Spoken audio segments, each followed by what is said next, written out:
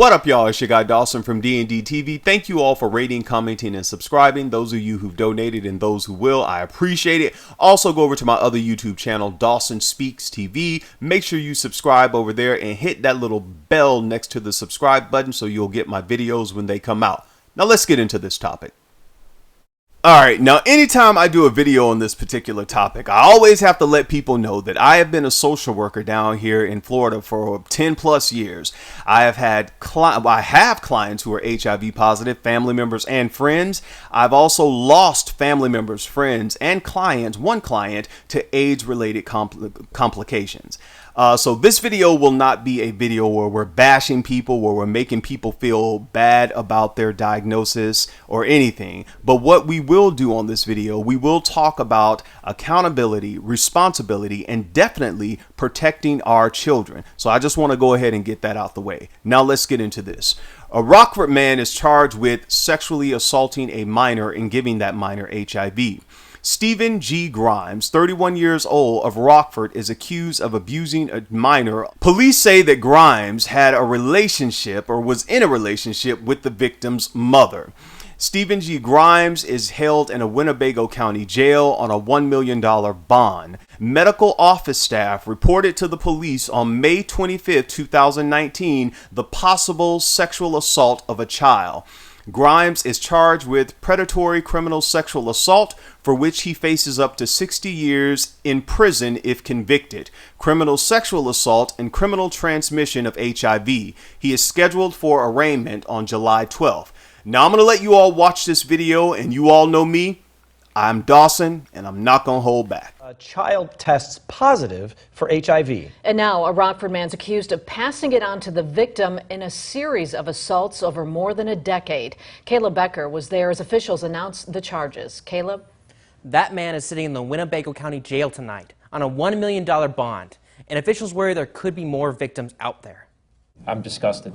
It's despicable that a child has to be a victim to a predator.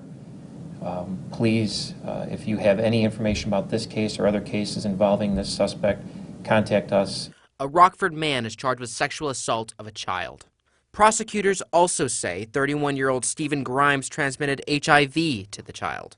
On May 25th of 2019, the Rockford police detectives responded to a Rockford medical office. When they responded, they met with medical staff who had reported a possible sexual assault of a child. In all, Grimes faces 12 felony counts. The Winnebago County State's Attorney believes the assaults began back in 2005, when the victim was under the age of 13. And now, that victim is tested positive for HIV. Officials are urging anyone who may have had intimate contact with Grimes to get tested. We first of all would implore you, if you have had intimate contact, to certainly seek your health care provider to have an examination to make sure that you are properly taking care of your health. Getting tested for HIV is quick. With a prick of a finger, a drop of blood, and 15 minutes, you can know where you stand and what precautions you need to take. That if someone feels they have been exposed to HIV, or even if you've just been involved with someone and you're not sure of their status, you can come in and get tested. If you or someone you know is a victim of sexual assault, you can contact Rockford Sexual Assault Counseling Center at 815-636-9811. Or you can call 911 or contact any local law enforcement agency. They are there to help you. All right, thanks for that, Caleb. All right, y'all. Now let's go in. Now, first of all, I want to give a shout out to the medical staff, the medical team that reported this incident to the police department. Because if the medical team didn't report this child, we would have probably never knew where this child contracted HIV from. And the medical team is looking like, wait a minute, this child was not born with HIV. So why does the child have it now? And that's why the investigation took place. And they found out that it was the mother's boyfriend, or a man she had relationships with, who was in the vicinity of that child from 2005 all the way up until 2019. So definitely shout out to the medical team. I know that's what y'all supposed to do, but I just want to, say thank you for reporting this. Now, let me also say this. This is just a sad and sick case, and many people on social media have been sharing this news article. And there was one Facebook user, Lady Bird, who shared a post that the Our Lives Matter organization had posted. And it says, this horrific abuse went on for 14 years. The mother had to know. If the child was infected, I'm sure the mother is too. Words fail me. This is way beyond disgusting. Now, let me say this. I agree with Our Lives Matter. The mother had to know. And it's sad that we are still seeing stories like this where the mother and the father are leaving their children in harm's way. And so much is happening to these kids. They're experiencing so much at a very young age. And this child here, still in his or her teenage years, because they're not letting us know whether if it was a boy or a girl, to experience this type of trauma and to have this life-altering disease. And HIV is a life-altering disease. It is not. It is one that you can live a full life, and if you're on your medication and taking it correctly, which makes me question this man right here. I don't know why he's looking like that with the medication they have now. Obviously, he's not taking the medication. Something's going on there, and I'm sure when he goes to jail, they'll straighten that out. But definitely the mother and the father, y'all are to blame in this situation. Now, I know some people, when I do these stories, they're like, oh, you always blaming the mom away to daddy. I want to know where the daddy is, too, because I'm blaming both of them. But I'm also definitely saying this in this particular situation for this child to be living with the mother. And from 2005, oh, y'all think about that, 2005, all the way to 2019, this man had access to your child to do whatever he wanted with your child. And because he was able to do that, he now gave your child a life-altering virus. And that's something mama, daddy, family, whoever was around there, guardian, y'all gonna have to live with that for the rest of your lives. And I hope that Child Protective Services opens up a case on this mother and the rest of her children, or while this child is with her, I don't know if they remove the child out of the home. And now, not only was your child molested, now your child has to live with this particular virus that right now, they're saying we're getting closer to a cure, but we don't have a cure yet. So it's life altering. And for many of you who watch my videos, especially when I do videos on this particular topic, and some of you who may be positive or know people who are positive, and you say, oh, well, there's medication out there, it's not as bad as it used to be, and all that kind of stuff. But especially if you're positive and you have that type of thought process, I want you to think about this for a minute. Think how you felt when you were in that clinic, that non-for-profit organization, or that hospital, and they told you that you were HIV positive or that the test came back reactive. How did you feel? Now, think. Now, I want you to think, how did this young child feel who's a teenager now? Not only am I HIV positive, but the person who has been molesting me from 2005 all the way to 2019, they're responsible for this life-altering virus that I now have. How do you think that child felt in that hospital when the medical staff came in there? And then, when it's something like this, they're going to call Child Protective Services. They're going to come in there. They're going to talk to the child as well as different social workers in the hospital. They're going to see what's going on. How did you get this virus? And I'm sure the child broke down and told them what happened and what's been going on. And when they question mom's boyfriend, bring him in, test him, or probably have his records already there on file. It happens, trust me, to find out that he is HIV positive and he gave it to the child. And who knows, the mother may have it as well too. All I'm saying in this video is look out for the kids, y'all. The kids did not ask to be here. You went out there, you had fun, you have the kids, raise them. You raise them. Be good fathers, be good mothers, raise your children. And shout out to the ones, I know people say that's what you're supposed to do, but for the mothers out there the women who watch my show, half of y'all, when y'all write in them comments and tell me, Dawson, I took care of my kids. I dated, but the man never saw my kids. He never came to my house, and I was a single mother. For those mothers, y'all don't know how happy I get to hear that.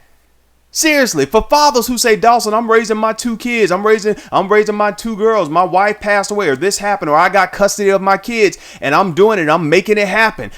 This is my responsibility. That's your responsibility.